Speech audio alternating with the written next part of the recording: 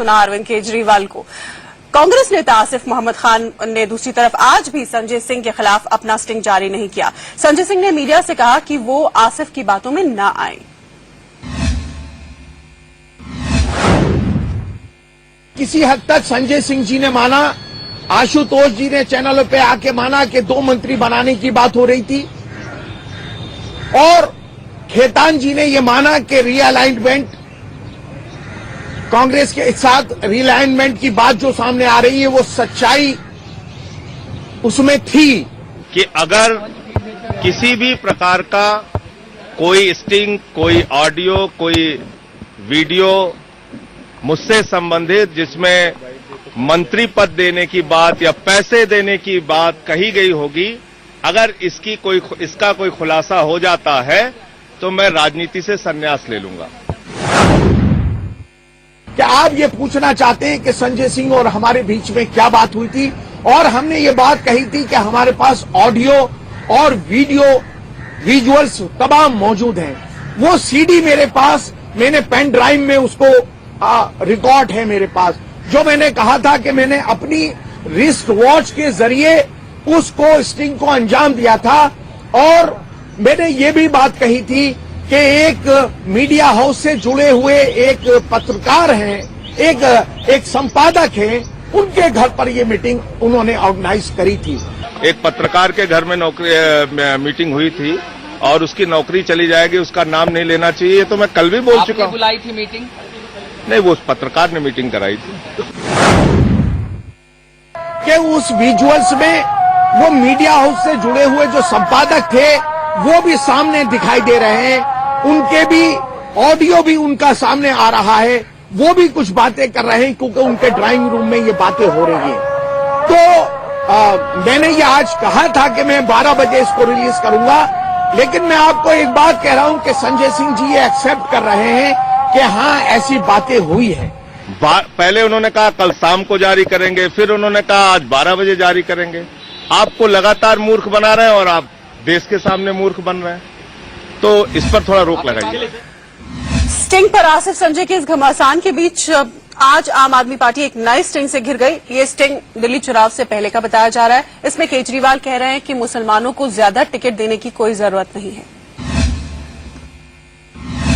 तारीख 24 दिसंबर 2014, जगह कौशाम्बी।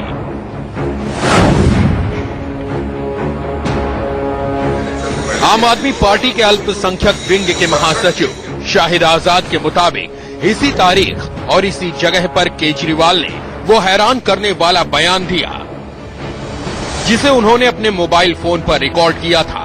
पहले वो बयान सुनिए।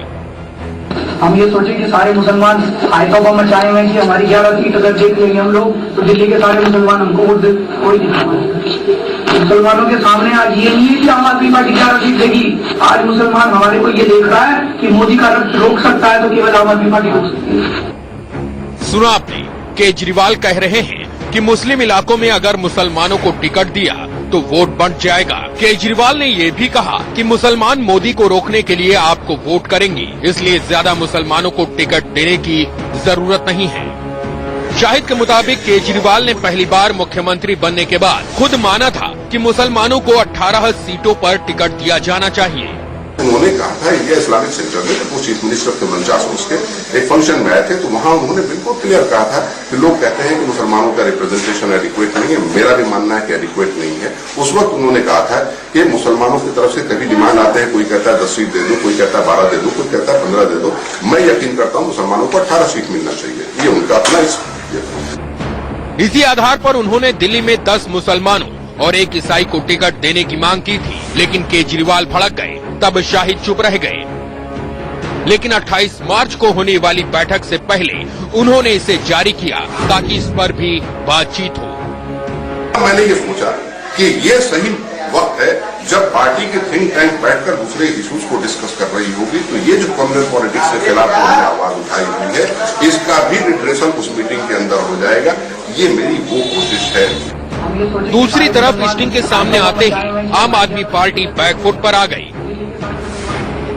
उसके अल्पसंख्यक विंग के अध्यक्ष इरफानुल्लाह खान ने कहा कि शाहिद अब आप में नहीं है।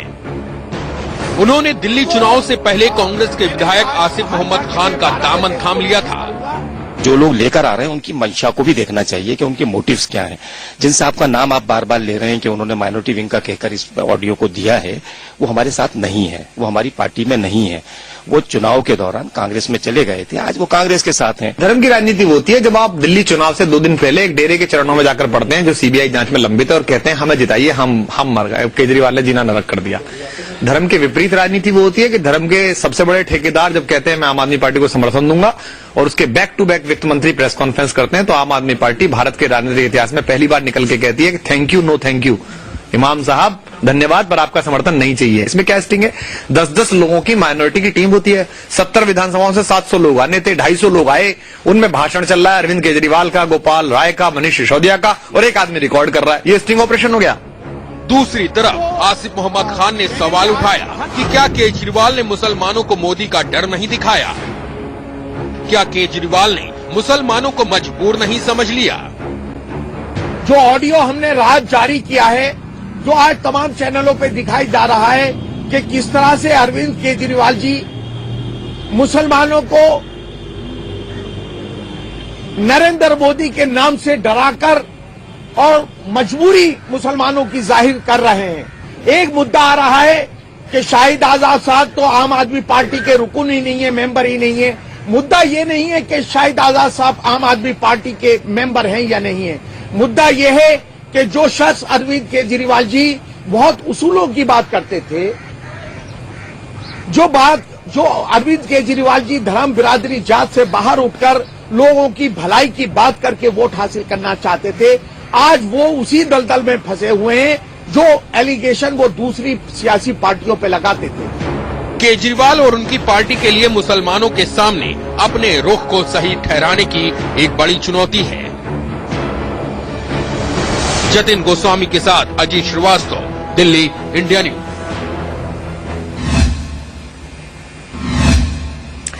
दिल्ली में आम आदमी पार्टी की सरकार का 1 महीना पूरा हो गया है। इस मौके पर डिप्टी सीएम मनीष सिसोदिया ने रिपोर्ट कार्ड पेश किया।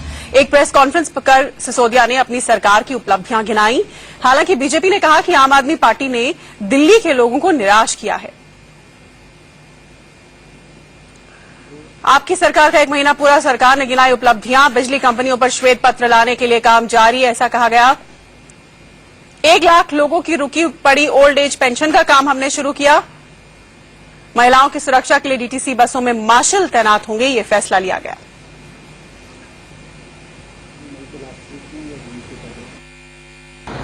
सबसे पहले तो जो बड़ा फैसला सरकार ने लिया था बिजली और पानी के संबंध में पिछले 1 महीने में, बिजली के बिल आधे करने का और पानी के बिल माफ करने का। इस बार पानी के बिल जब माफ किए गए तो उसमें हाउसिंग सोसाइटीज को भी शामिल किया गया और जिन लोगों का बकाया पानी का बिल है उनको भी उसका लाभ मिलेगा। 1 महीने में या तो ये लोग आपस में लड़ रहे हैं या बजट लाने में नाकामयाब हुए, बजट प्रस्ताव नहीं ला रहे हैं, और एक मंत्री लॉ मिनिस्टर जो फर्जी वाले में पाए गए हैं, जिनकी डिग्री फर्जी डिग्री के आधार पर जिन्होंने दाखिला लिया है, अभी तक उनके खिलाफ कोई कार्रवाई नहीं की गई है।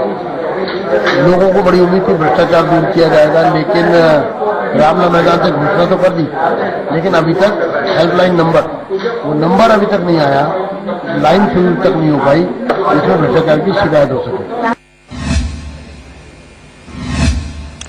यहाँ रुकेंगे एक ब्रेक के लिए और ब्रेक